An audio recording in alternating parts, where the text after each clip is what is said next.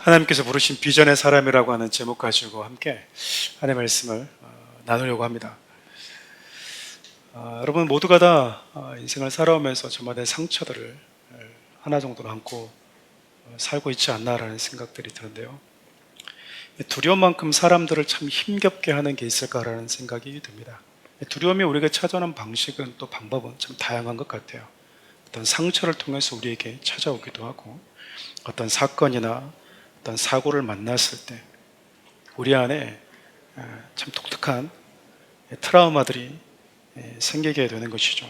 그리고 그 트라우마들은 우리에게 두려움을 가져다 주기도 합니다. 가끔 묻지마 폭행이라든지 살해 위협을 직간접적으로 받으신 분들, 스토커들에게 이 쫓김을 당했다든지, 그런 분들과 이렇게 얘기하게 되면 사람들에 대한 이 두려움들이 자기도 모르게 생긴다라고 얘기를 해요.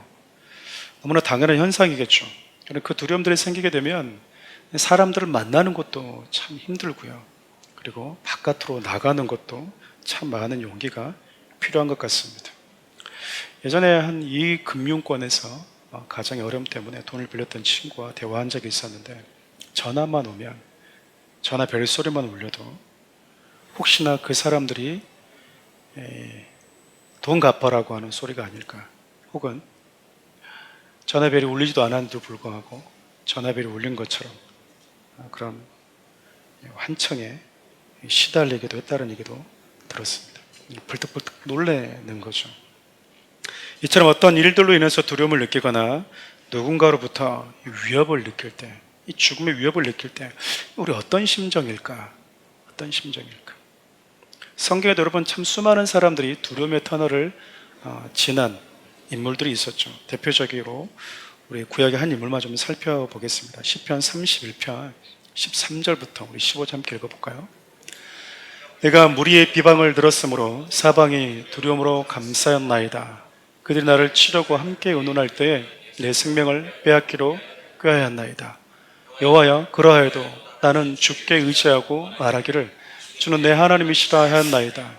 나의 앞날이 주의 손에 있사오니 내 원수들과 나를 핍박하는 자들의 손에서 나를 건져 주소서. 시편 31편의 시인은 다윗인데, 다윗은 우리 모두가 이렇게 알고 있다시피 참 오랜 시간 동안 많은 대적들로부터 죽음의 위협을 받으면서 살았습니다. 1, 2년이 아니라 10여 년 넘게 참 오랜 시간 동안 국가 권력과 그리고 수많은 군대에 의해서 죽음의 위협을 받으면서 살아왔죠. 그의 고백처럼 자고 일어나면 늘 자기 곁에 있는 것은, 자기를 쳐다보고 있는 것은, 자기 주위를 떠나지 않은 것은 두려움이었습니다. 두려움. 손에 이렇게 잡힐 만큼 두려움이 사방에서 자기를 감싸고 있었던 것이죠. 자신의 생명을 빼앗기 위해서 여러분 매일같이 수많은 군대들이 동원되었으니까, 여러분 살기 위해서 원수의 나라로 다윗이 피신할 수밖에 없는 참 그런 비참한 일들도 있었던 거예요. 내 나라와 내 민족보다도 내 원수의 나라가 더 안전한 곳이 되어버린 것이죠. 여러분 이런 일들이 얼마나 기가 막히겠습니까? 이 나라가 나를 보호해주고 내 나라와 내 민족이 나를 지켜줄 것 같은데, 내 나라와 내 민족보다도 더 안전한 곳이 그 원수의 나라였던 거예요. 여러분 우리가 그토록 좋아하고 사랑하는 다윗의 삶을 가만히 들여다보면 그는 참으로 오랜 시간 동안 힘겹고 두려운 상황, 참 누구보다도 많이 겪었던 인물이었습니다. 근데 여러분 다윗이 두려움을 이길 수 있는 비결이 뭐라고 고백을 하고 있죠? 자기가 이 두려움을 어떻게 이겼다라고 얘기합니까? 내 곁에 계신 하나님을 의지했기 때문이라고 고백을 합니다. 하나님이 나의 하나님이신데, 그분이 나의 하나님이신데, 나의 앞날이 하나님의 손에 있는데 무엇이 두렵겠는가라고 선포하면서 매일같이 기도했다라는 거예요. 여러분 저와 여러분의 인생, 저와 여러분의 생명이 그분의 손에 있다라고 하는 걸 여러분 믿으십니까? 여러분의 삶을 내 직장 상사가, 내 직장 동료가, 힘있는 권력자가 좌우지하는 것이 아니라 내 인생과 내 생명은 주님의 손에 있다라고 하는 이 분명한 믿음이 다윗을 옥죄고 있는 수많은 두려움으로부터 그의 마음을 평안함과 자유함으로 이끌었다라고 하는 거야. 여전히 이런 기도와 고백을 했었을 때도 다윗 주위에는 여전히 어려움이 있었고요, 위협이 있었고, 다윗을 죽이려고 우는 사자처럼 달려드는 상황들은 변하지 않았습니다. 그런데 그 상황을 바라보는 다윗의 시선이 바뀐 것이죠. 아, 그렇구나. 저 사람들이 나를 저렇게 잡아 죽이려고 하는데 그런다고 해서 내가 죽는 것이 아니구나. 나의 생사화복이 하나님의 손에 달려있기 때문이라고 하는 것을 다윗이 깨닫고 고백하고 확신을 가졌던 거야. 사랑하는 우리 성도 여러분, 하나님 앞에 살아가는 인생, 하나님을 내 앞에 모시고 살아가는 인생, 내 생사화복이 주님의 손에 있다라고 하는 이 믿음을 가지고 사는 성도들, 여러분, 이렇게 살아갈 때요, 수많은 두려움과 그 거짓된 소리에 귀를 막고 생명과 평안을 주시는 하나님의 말씀에 귀를 기울이고 그 말씀을 붙들 때 비로소 나를 에워싸고 있는 수많은 두려움들은 사라집니다. 여러분, 생각해보면 저와 여러분들의 두려움을 주는 것은 여러분 귀에 속살거리고 있는 그 어떤 말 때문이거든요. 두렵지. 너 이러다 큰일 나는 거야. 너 이러다 네 인생이 끝나는 거야. 줄 잘못 쓰면 이렇게 되는 거야. 너 이렇게 되다 보면 너의 가족들이, 너의 자녀들이, 네 인생이 이렇게 끝나는 거야. 여러분, 그런 수많은 말들이 나만 들을 수 있는 언어로 내 생각 속에서, 내 의식 속에서 끊임없이 속살거릴 때 우리 안에 마음이 무너지는 두려움이 찾아오는 것이거든요. 그럴 때 그 소리에 귀를 닫으시고 누구의 소리에 귀를 기울여야 된다고요? 하나님의 말씀의 소리에 귀를 기울이셔야 됩니다. 여러분도 오늘도 하나님 앞에 나오셔서 오늘 본문을 통해서 하나님이 주신 메시지를 듣는 이유가 무엇입니까? 다른 수많은 소리에 내 마음과 내 귀를 주지 않겠다라는 거거든요. 그 소리에 차단하겠다라는 겁니다. 생각해보면 우리는 일주일에 한 번 주일날에 교회 와서 하나님의 말씀을 듣긴 하지만 여러분과 저는 매일같이 무언가의 소리를 듣고 살아가고 있잖아요. 그리고 그 무언가의 소리를 들을 때 우리 안에는 두려움이 생기기도 하고 초조함이 생기기도 하고 절망과 좌절감이 생기기도 합니다. 내 삶이 왜 이렇게 무너지는가, 왜 이렇게 두려워지는가, 왜 이렇게 초조해지는가, 왜 이렇게 불안해지는가 생각해보면 매일같이 여러분들이 무슨 말을 듣고 있기 때문이에요. 누군가 들려주는 말을 너무 많이 들어버린 거예요. 다윗이 환경과 상황을 통해서 내 귀에 부정할 수 없을 만큼 들려오는 수많은 소리보다도 내 안에서 주신 그 하나님의 말씀, 하나님의 꿈과 하나님의 비전, 그리고 내 생명이 하나님의 손에 있다라고 하는 그 확신이, 그 말씀이요, 다윗의 귀를 사로잡자, 다윗의 마음을 지배하자 선언할 수 있는 거예요. 상황은 똑같아요. 하나님, 저 사람들이 나를 죽이기로 꾀했나이다. 나를 죽이기로 이미 결정했고 나를 잡아 죽이려고 모든 계획을 다 치밀하게 마쳤습니다. 그런데 하나님, 그런다고 제가 죽겠습니까? 그들이 나를 죽인다고 해서 내가 죽겠습니까? 그렇게 된다면 내 생명은 그들의 손에 의해서 좌우지된다라고 하는 건데, 하나님, 저는 그 생각에 동의할 수 없고 그 모든 생각을 거부합니다. 내 생명은 주님의 손에 있기 때문입니다. 여러분, 이런 믿음의 사람들이 저와 여러분들이 좋아하는, 본받기를 원하는 믿음의 사람들이었거든요. 우리가 지금 살펴보고는 바울 역시 마찬가지입니다. 바울이 여러분 자신의 동족인 유대인들로부터, 그리고 수많은 종교 지도자들로부터, 바울이 만약에 예수를 만나지 않았으면 그도 이 지도자 가운데 한 명이 될 수 있었겠죠. 여러분, 그런 수많은 종교 지도자로부터 여러분 죽음의 위협을 받고 있잖아요. 정당한 재판 한 번 받아보지 못한 채 너무나 억울하게 부당한 상황에 처해 있는 거예요. 사람이 억울한 것만큼 여러분 힘든 게 있을까요? 내 진심을 알아주지 못할 때, 아니 내 진심이 이렇다라고 하는 것을 말 한 번 표현 한 번 하지 못한 채 억울하게 상황과 환경에 이끌려서 집단 린치를 당할 때요, 소위 참 미치는 거잖아요. 아무도 내 말을 안 들어주는 거예요.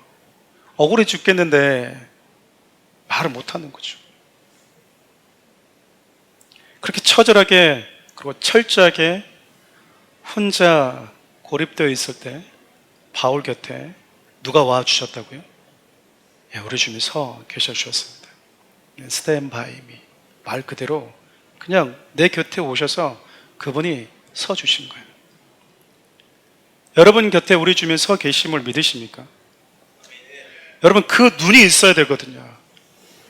우리 주님이 내 곁에 있다라고 하는, 내 곁에 함께 서 계신다라고 하는 그 믿음, 그 눈. 여러분, 저와 여러분들, 특별히 예수를 만나서 그리스도에 대한 사람들에게는 세상 사람들이 가지고 있지 않은 독특한 눈이 있거든요. 그 눈이 바로 믿음의 눈입니다. 그 믿음의 눈을 뜨는 방법을 알려드릴까요? 여러분, 예수 그리스도가 지금 여러분 옆에 앉아있다라고 하는 것이 보이시나요? 여러분 옆을 한번 쭉 봐보십시오. 좌우로 봐보세요. 예수님이 계시나요? 그분이 보이시나요? 우리는 모르잖아요. 그리고 의식하지 못하고 살잖아요. 안 보이잖아요. 내 육의 눈은 보이지 않는 게 맞습니다. 여러분, 믿음의 눈을 한번 열어볼까요? 우리 주님이 뭐라고 말씀하십니까? 나는 단 한 번도 너를 뭐한다? 떠나지 않을 것이다. 그 약속의 말씀을 붙들고 믿는 믿음을 가지고 여러분 주위를 둘러보면요, 그분이 보여요. 그분이 의식이 된다고요. 우리는 그 눈이 있습니다. 세상 사람들이 보지 못하는 그 눈이 성도들에게는 있거든요. 근데 그 눈을 감고 사는 성도들이 있는 거예요. 그럼 여러분, 그 눈이 없는 사람과 똑같은 인생을 살 수 있어요. 다윗은 우리 주님이 우두커니 자기 곁에 와서 서 계신 모습을 보았습니다. 그래서 여러분, 다윗에게, 바울에게 있던 그 모든 두려움이, 그 그늘이 사라지기 시작하는 거예요. 안개처럼. 바울을 둘러싸고 있던 모든 두려움이 더 이상 바울에게는 어떤 영향력도 주지 못했던 것이죠. 불청객처럼, 하지만 빈번하게 저와 여러분들을 찾아오는 두려움을 만날 때 사랑하는 우리 모든 성도들 곁에 우리 주님이 서 계시다라고 하는 그 믿음, 여러분 모두가 다 가졌으면 좋겠습니다. 주님은 단 한 번도 여러분 떠난 적이 없어요. 우리가 못 봤을 뿐입니다. 우리가 보지 못하고 있을 뿐이고 듣지 않고 있을 뿐이고 다른 것에 시선을 빼앗겼고 다른 것에 내 귀를 빼앗겼을 뿐이지 우리 지금 단 한 번도 여러분을 떠난 적이 없어요.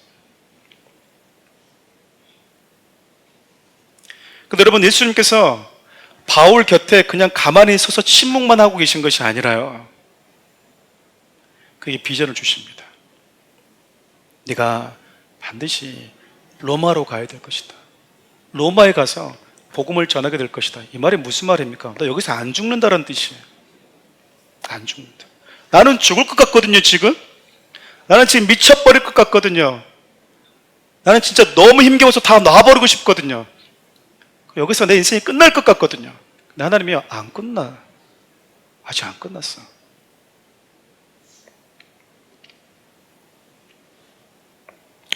알라레에 등장하는 지니를 만나면 내가 원하는 소원을 빌고 지니는 그가 원하는 소원을 들어줍니다. 그런데요, 예수를 만나면 그분 우리에게 비전을 주십니다. 비전을 주신다고요. 여러분과 제가 원하는 것을 주는 게 아니고요, 비전을 주세요. 비전을. 그런데 얼마나 많은 성도들이 예수를 만나서 지니처럼 내가 원하는 것을 구하고 있는지 몰라요. 아니요, 하나님은 저 여러분들에게 여러분과 제가 원하는 것 그 이전에 좋은 것을 주시고 비전을 주시는 분이십니다. 하나님의 나라의 그 영원한 가치가 무엇인지 보게 해주시고 눈을 뜨게 해주시고, 그래서 그 길을 어떻게 걸어가야 되는지를 보여주시는 거예요. 여러분, 인간적으로 보면 바울은 지금 이 예루살렘 이 공회에서요, 인생이 끝날 것만 같았습니다. 우리가 봐도 그렇잖아요, 여러분. 여기서 무슨 희망이 있겠습니까? 그냥 재판 현장에서 끝난 거예요, 여러분. 끝났어요. 단 한 사람도 바울을 변호하는 사람이 없어요.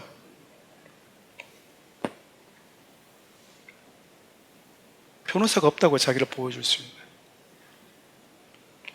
근데 예수님은 바울에 대해서 놀라운 꿈을 가지고 계셨습니다.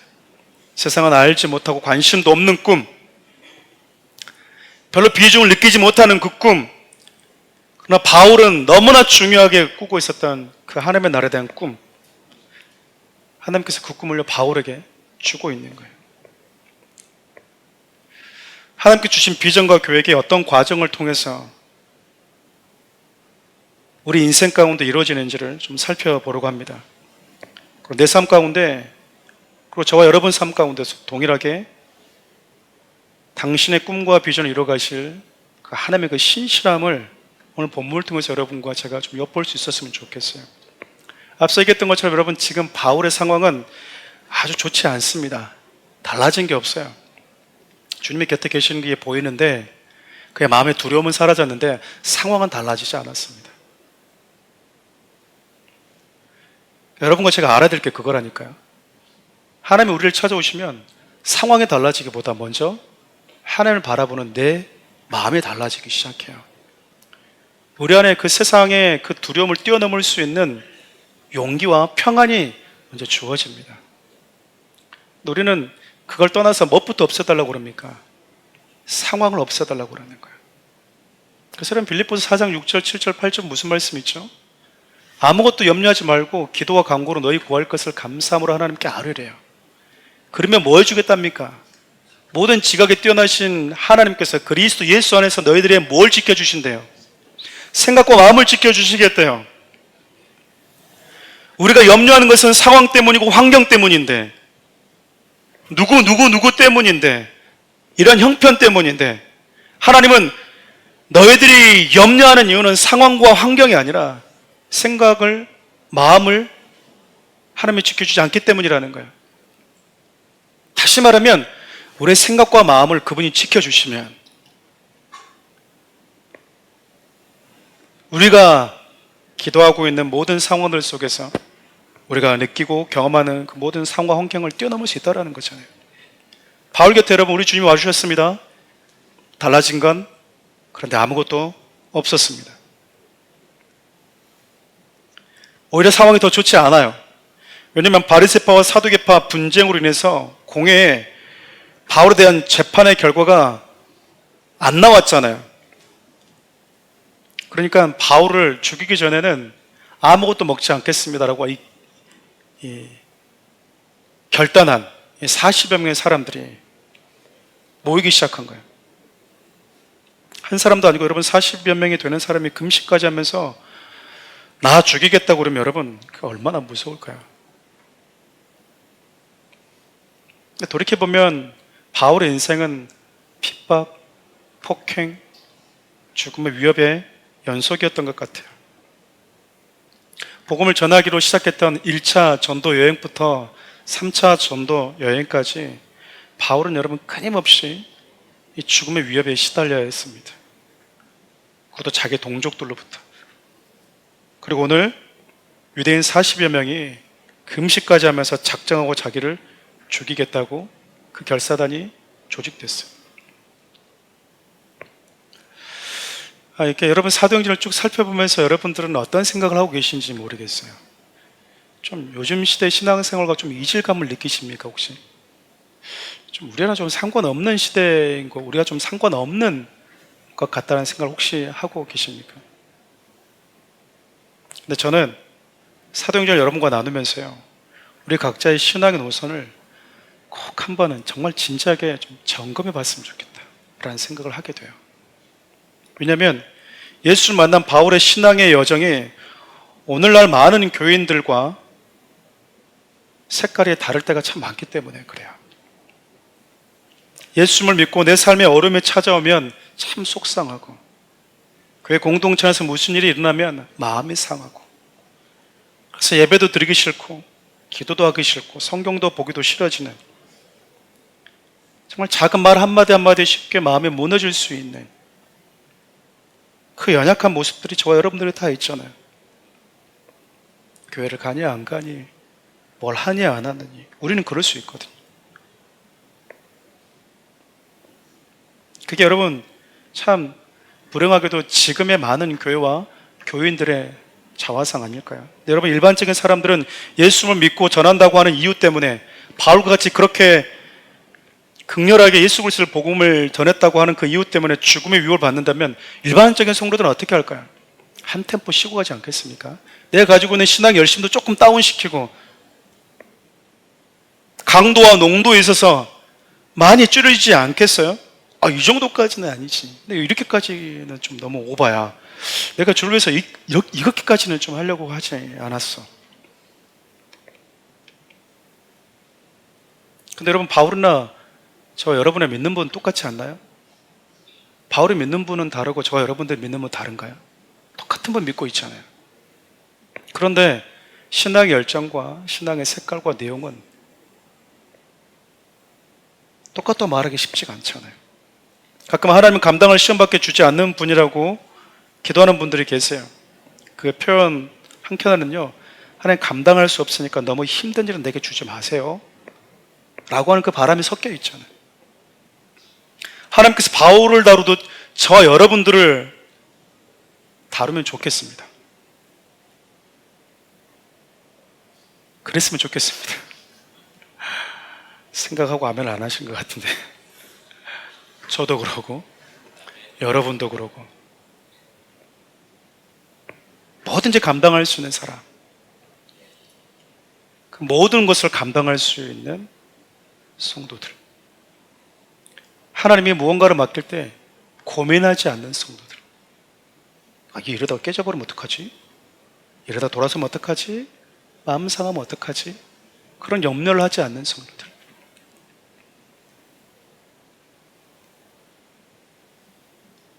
상황과 환경이 하나도 달라지지 않아도 여전히 하나님을 향한 믿음과 사랑이 여전한 성도들. 내 인생의 말미에도 여전히 이렇게 내 인생이 끝난다 하더라도 오히려 갈수록 태산이라고 이제 40명이 나를 죽이겠다고? 도대체 하나님 어디까지 내 인생을 끌고 가시려고 합니까? 그래도 숨 막혀 죽겠는데 어디까지 내 인생을 절망시키려고 합니까? 여러분, 충분히 이런 말씀, 이런 고백, 이런 신음 나올 수 있지 않나요? 언제 끝납니까 도대체 하나님? 저희한테 도대체 뭘 바라시는 겁니까? 연단시킨다고요? 단련하신다고요? 됐습니다. 그만해도 됩니다. 너무 하시는 것 같아요 하나님. 너무 하신 것 같아요. 이건 아니지 않나요 하나님? 40명이 나 죽일 때까지 밥도 안 먹고 있겠다. 이 정도면 여러분 마음 무너져야죠. 이 정도면 두 손, 두 발 들고 뱉기 들어야죠. 바울 그러지 않습니다. 이 40명 결사단의 계획은 좀 간단합니다. 먼저 여러분, 천부장에 가서 재심을 요구하는 거예요. 어젯밤에 재판 제대로 안 끝났습니다.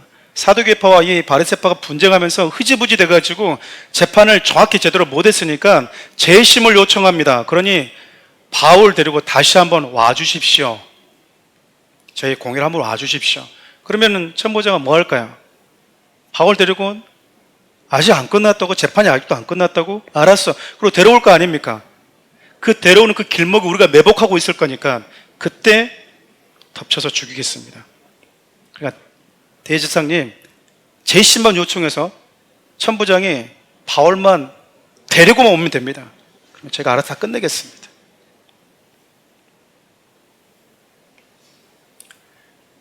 바울을 죽이려고 하는 이 계획이 치밀하잖아요.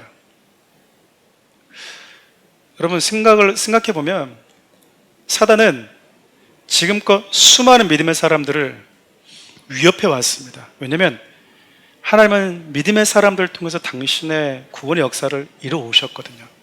이 이야기는, 이 말은 사단은 하나님의 일을 선봉에 나서서 하는 자들을 가장 싫어한다는 의미이기도 한 거예요. 내 인생 가운데는 늘 평안해서 아무런 어려움 없었습니다. 잘났다. 사단이 두려워하지 않은 사람, 사단이 두려워하지 않는 성도들 좋습니까? 하나님의 일이면 사단이 눈에 보이지 않는 그 어떤 것과 막 방해하고 그래야 되잖아요. 근데 눈에 보이게끔 하나님 일을 하고 있는 사람의 삶을 위협하고 죽이려고 하고 모함한다니까요. 끌어내리려고 하는 거예요.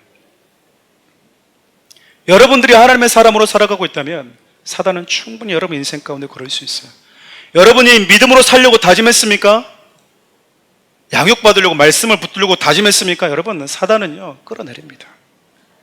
첫 단추 못 끼게끔 만든다고요.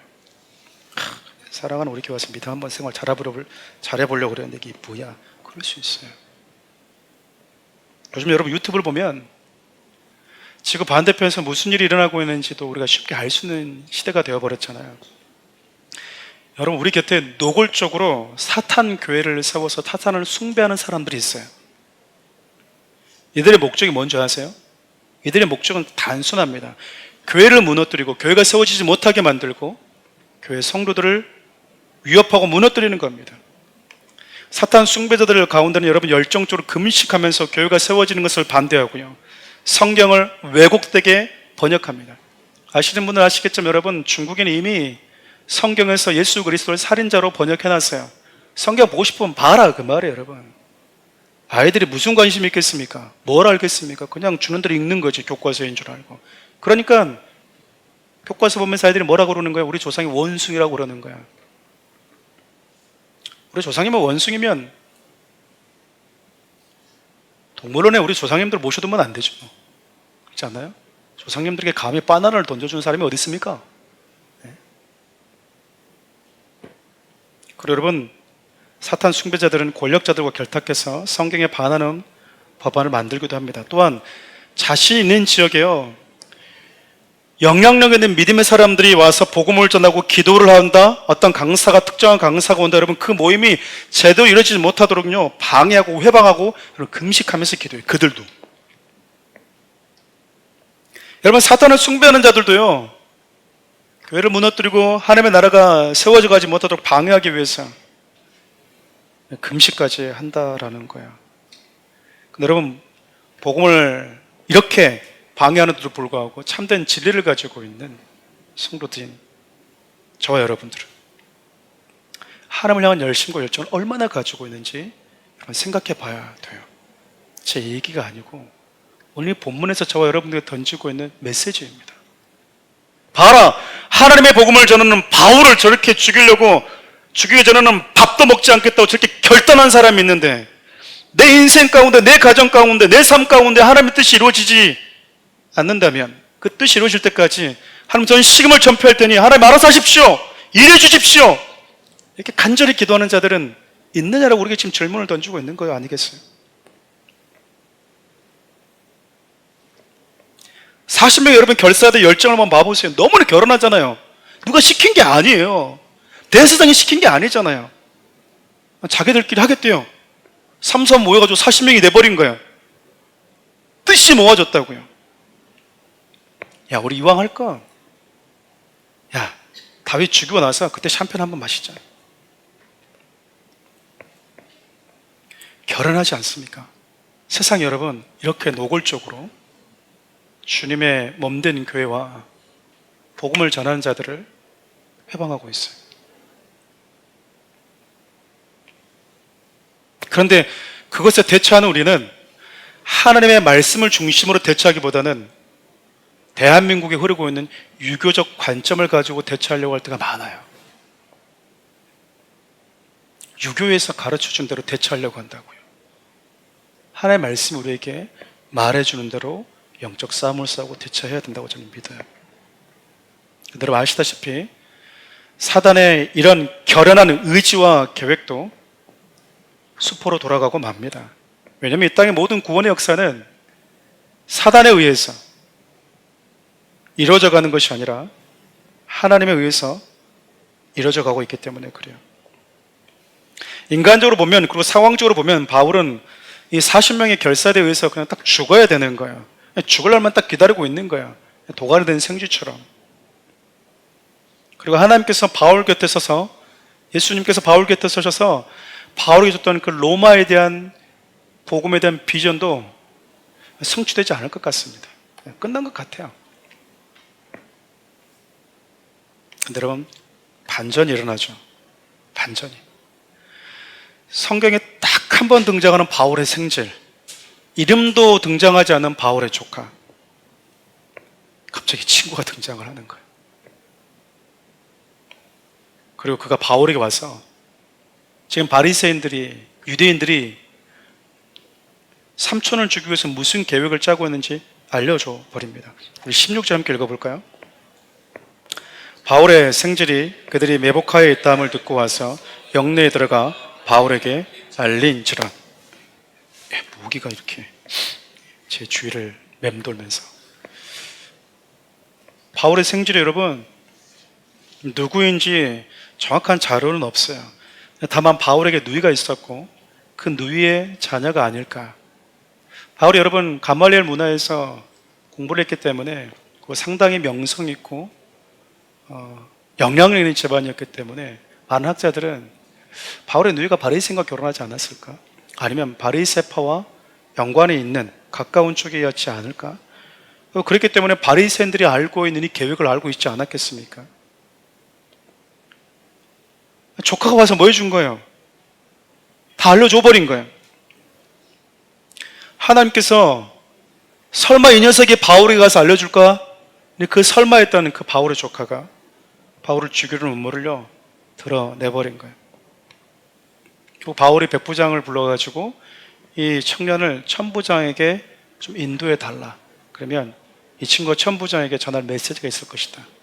그래서 천부장에게로 바울의 조카가 인도되고 천부장에게 유대인들이 당신에게 재심을 요구할 것이고 당신이 그 재심의 요구를 받아들이고 바울을 데리고 올 때 도중에 바울을 죽이려 이들이 매복하고 있습니다 라고 한 사실을 천부장에게 알려주게 돼요. 여러분, 이 내용이 천부장에도 아주 중요했습니다. 왜냐하면 로마 시민권을 가진 자가 재심받으러 가다가 재판받으러 가다가 죽어버렸네? 그럼 여러분 로마 시민권을 가진 자가 여러분 이런 봉변을 당했다고 하면 천부장이라도 좋을 게 하나도 없거든요.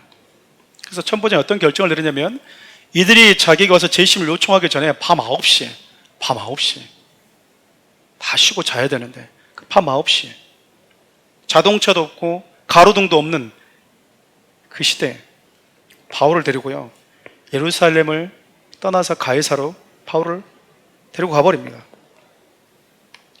만일 사태에 대비해서 여러분 천부장이 이 40명 이 극렬한 이 유대주의자들에 의해서 바울의 생명을 보호하기 위해서요. 오늘 본문을 보면 보병 200명, 마병 70명, 창병 200명.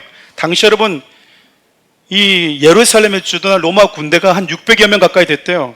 그러니까 여러분 지금 470명이 가는 거잖아요. 그러면 120, 30명만 놔두고 다 빠져버린 거예요.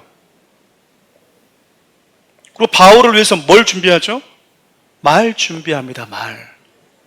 군말을 준비해요. 안전하게 바울이 타고 갈 수 있도록. 왜냐하면 누군가가 바울을 끌고 가다가 걸어가다가 누군가가 또 잡아 죽이려고 하면 바울은 또 뭐 하게 될까요? 죽을 수 있으니 정말 만에 하나 정말 그 만에 하나 일어나지 않을 것 같은 그 일들까지 챙기고 있는 거예요. 바울의 안위를 천부장이 걱정하고 있어요. 예루살렘에서 가이사랴까지는 한 110km 정도 된다고 그럽니다. 예루살렘은 유대인의 영향력이 강한 곳이었고요. 가이사랴는 로마 군인이 주도한 로마 본부가 있는 곳이었대요. 다시 말하면 유대인들의 영향을 미치지 못하는 곳. 가이사랴만큼 바울의 신변을 보호하기 위해 최적의 장소가 없었던 셈인 거죠. 여러분 9시에 데리고 와버렸으니까 매복해 있는 40명은 어떻게 됐을까요? 팽 당한 거예요. 이제 오겠지 하면서 땅속에서 매복하고 있다가 아직까지도 그 매복 장소에 있다라고 하는 전설이 내려옵니다. 하나님께서 일하시는 장면이 참 놀랍지 않나요? 바울이 계획한 게 아니잖아요. 바울이 했던 건 딱 뭐밖에 없으니까 주님 나와 함께 계시네? 내 영혼 평안해. 주님 나에게 내 처지가 이런데 로마라고요? 여러분 우리 인생 가운데 그럴 때 참 많거든요.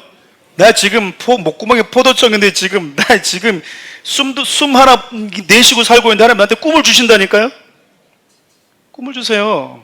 내 지금 형편은 아무것도 할 수 있는 상황이 아닌데 꿈 하나 주고 딱 가세요. 바울이 여러분 갇혔을 때 무슨 생각했겠습니까? 그래, 하나님 꿈 줬지, 로마를 줬지. 근데 언제 어떤 방식으로 일어날지 아무도 몰라요. 그리고 지금 유대인들이 자기를 죽이기 위해서 어떤 계획을 하고 있는지도 바울은 모릅니다. 그런데 누가 일하고 계셨죠? 하나님 일하고 계셨어요. 기도는 하나님이 내게 오시는 길을 만드는 거거든요. 기도는 하나님이 내 인생 가운데 일하시도록 요청하는 겁니다. 하나님을 향한 믿음은요, 하나님이 내게 오시는 길을 기다리게 만들어줘요. 우리 시편 91편 7절에서 11절 말씀 함께 읽어볼까요? 천명이 내 왼쪽에서 만명이 내 오른쪽에서 엎드려지나 이 재앙이 내게 가까이 하지 못하리로다. 오직 너는 똑똑히 보리니 악인들의 보응을 내가 보리로다. 내가 말하기를 여호와는 나의 피난처시라 하고 지존자를 나의 거처로 삼았으므로 화가 내게 미치지 못하며 재앙이 내 장막에 가까이 오지 못하리니 그가 너를 위하여 그의 천사들을 명하사 내 모든 길에서 너를 지키게 하심이라. 아멘. 아멘. 저는 시편 91편의 저자가 경험했던 것처럼 위기의 순간은요, 정말 외롭고 처절하게 죽을 것 같은 그 위협의 순간은 나를 지키시는 하나님을 만나는 시간이에요. 갇혀있다고 느끼는 그 시간은 나를 자유케 하시는 하나님을 만나는 시간이라 그 말입니다. 바울이 사방으로 에워싸움을 당하고 있고요, 시편 90편 저자도 마찬가지였습니다. 근데 뭐라고 얘기합니까? 천명이 내 왼편에서 만명이 내 오른편에서 그냥 나가 떨어지고 있는 거예요. 얼마나 무서운 재앙이 나에게 지금 오고 있다는 이야기입니까? 그런데 그 재앙이 내게 가까이 오지 못한대요. 그리고 얘기합니다. 너는 똑똑히 볼 것이다. 악인들의 결말이 어떻게 되는지 똑똑히 보게 될 것이다. 바울은 너무 당당합니다. 하나님의 나의 피난처시다. 나의 거처는 하나님이다. 그러니 어떤 화도 내게 미치지 못할 것이고 재앙도 내가 살고 있는 이 장막에 가까이 오지 못할 것이다. 하나님의 천사들을 명령하셔서 나의 모든 길에서 나를 보호하고 지키실 것이다. 이 시편의 기자의 고백처럼요, 하나님이 지금 바울을 보호하고 지키고 계십니다. 그의 가는 길을 지키고 있어요. 470명 가까이 되는 이 보디가드들이, 이 경호원들이 바울 한 사람을 지키겠다고 가고 있어요. 이게 죄수가 가고 있는지 황제가 와서 지금 사열하고 있는지 분간이 안 될 정도로 하나님이 그를 지키고 있습니다. 하나님은 저와 여러분들에게 꿈과 비전을 주시고 그 꿈과 비전을 이루기까지 어떤 위협과 죽음도 우리를 만질 수 없게 하십니다. 그래서 여러분, 많은 우리 믿음의 선배 목사님들은 그런 말씀을 즐겨 하셨어요. 비전의 사람은 죽지 않는다. 비전의 사람은 죽지 않는다. 사명이 끝나기 전에는 죽지 않는다, 그 말이에요. 병들었다고 해서, 위험이 있다고 해서, 아니, 그 위험이, 그 질병이 의해서 내 목숨이 왔다 갔다 하는 게 아니라 하나님 보시기에 나의 사명이 끝났을 때 비로소 나도 이 땅을 떠난다. 하나님은 다윗에게 비전을 주셨고 바울에게도 비전을 주셨잖아요. 하나님의 꿈이 이루어지지 못하도록 사단이 수많은 것들을 가지고 방해하고 또 위협했어요. 왜냐하면 다윗과 바울에게 주신 것은 하나님의 꿈과 비전이었거든요. 내가 원하는 잘 먹고 잘 사는 그런 계획이 아니었어요. 그래서 사단이 뭐 했던 겁니까? 그 사람이 가지고 있는 것이 하나님의 나라를 위한 것이고 주님의 몸된 교회를 위한 것이고 한 영혼을 살리는 것이라고 한다면 사단을 위협할 수밖에 없습니다. 왜일까요? 그 꿈이 하나님의 꿈과 비전이기 때문에 그렇습니다. 사단은 하나님께 주신 꿈과 비전이 저와 여러분 삶 가운데 이루어지지 못하도록 끊임없이 방해하고 위협하겠지만 하나님은 당신이 꿈을 준, 비전을 준 그 사람을 반드시 지키신다라는 거예요. 당신의 계획과 꿈을 온전히 다 성취하고 마시는 분입니다. 바울은 수많은 병자들을 고쳤고요, 수많은 이들에게 생명의 복음을 전했고요. 3층 천을 보고 온 사람임에도 불구하고 하나님의 자기 인생 가운데 어떻게 일하신지 낱낱이 볼 수 있는 능력은 없었어요. 모르는 부분이 있다 그 말입니다. 여러분들이 자고 있을 때, 여러분들이 기도하고 있을 때, 여러분들이 눈물 흘리고 있을 때 하나님이요 일하고 계세요. 일하고 계신다. 그럼 여러분 스스로에게 질문을 던져보십시오. 나에게는 하나님이 주신 꿈과 비전이 있는가? 나에게는 하나님이 주신 꿈과 비전이 있는가?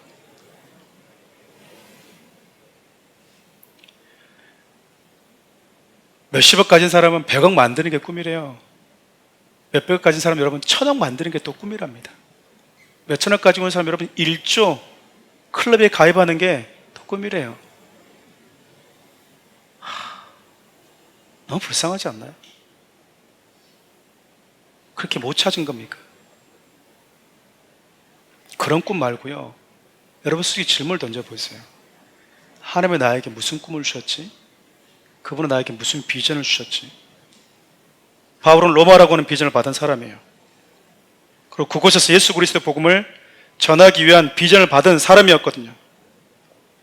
여러분들은 언제 어느 곳에서 어떤 모습으로 하나님의 나라를 세우기를 원하신다고 하는 그 하나님의 꿈과 비전이 있으십니까? 그 꿈이 있으세요? 이번에 어디 놀러 가야지, 돈 좀 많이 벌어야지, 뭐 좀 사업 좀 키워야지, 이런 계획 말고요. 그것도 해야죠. 근데 내가 주를 위해서, 하나님의 나라를 위해서 그분이 나에게 주신 비전과 꿈, 그것이 없다면 달라고 기도하십시오. 혹 비전을 받았는데 일상의 분주함 때문에 잊고 지내셨다면 하나님께서 내 삶 가운데 주신 비전이 성취될 수 있도록 다시 기도의 자리로 나오셨으면 좋겠습니다. 말씀 마무리하려고 합니다. 사랑하는 성도 여러분, 사람들의 시선으로 보면요, 바울은 참 불행하지 않나요?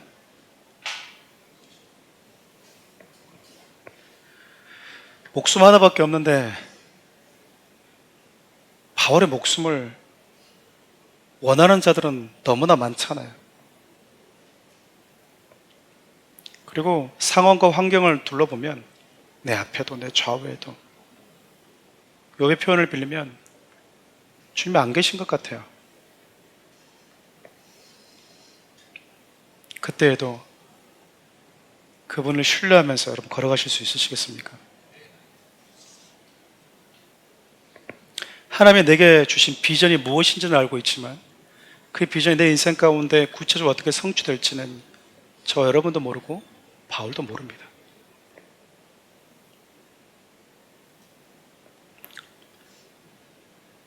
우리 주위에는, 특별히 바울 주위에도 마찬가지였지만, 특별히 바울 주위에는 그럼 자기 편이 한 명도 없었잖아요.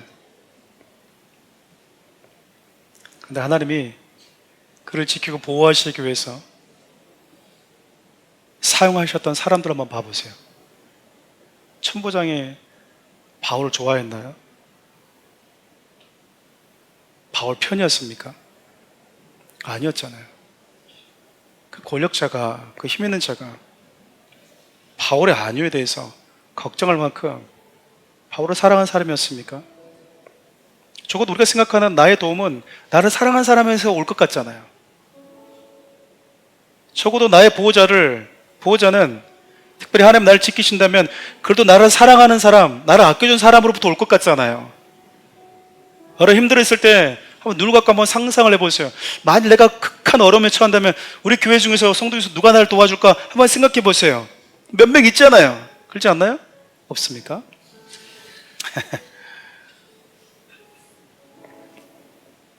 그럼 여러분 주위에 그래도 이 사람은 근데 얘는 아니야. 그리고 접어두고 시작하는 그 사람이 내 인생에 앞장서서 보호자가 되어주고 나를 지키면서 걸어가는 경호원이 되어 있다고 한다면 어떻게 이걸 이해해야 될까요? 바울은 아마 느끼지 않았겠습니까?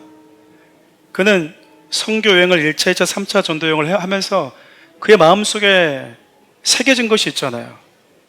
수많은 이런 어려움들을 한 번, 두 번, 세 번 겪으면서 처음에는 무섭고 두려웠겠지만 늘 하나님께서 계획하신 대로 이루어지고 그 계획 속에서 그분이 이루시는 것들 속에서 나는 잠잠히 하나님의 영광을 보는 것, 하나님의 수많은 매력들을 보고 하나님은 당신의 사람들 어떻게 지키시는지를 만날 수 있었던 기회로 삼았던 것, 바울에게는 특권이었거든요. 여러분 생각해 보십시오. 여러분들이 예수님은 누구십니까? 라고 물어본다면 여러분들은 어떻게 얘기할 것 같아요? 당신에게 예수님은 어떤 분이십니까? 천국 데려다 주는 분이시죠. 나의 구주, 나의 주님이시죠. 네. 그 고백 귀한 고백인데 여러분 인생 삶 속에서 경험한 예수님은 어떤 분이십니까? 다윗은 얘기하잖아요. 나의 거처거든요.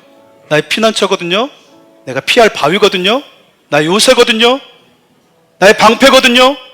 수많은 적들이 나를 죽이려고 쏘아대는 그 화살로부터 보호주신 방패거든요. 여러분 하나님에 대한 수많은 고백들이 나왔던 이유는 사단이 어둠의 영들이 다윗을 무너뜨리고 죽이려고 했던 그 수많은 사건을 속에서 만나는 하나님의 매력들이었습니다.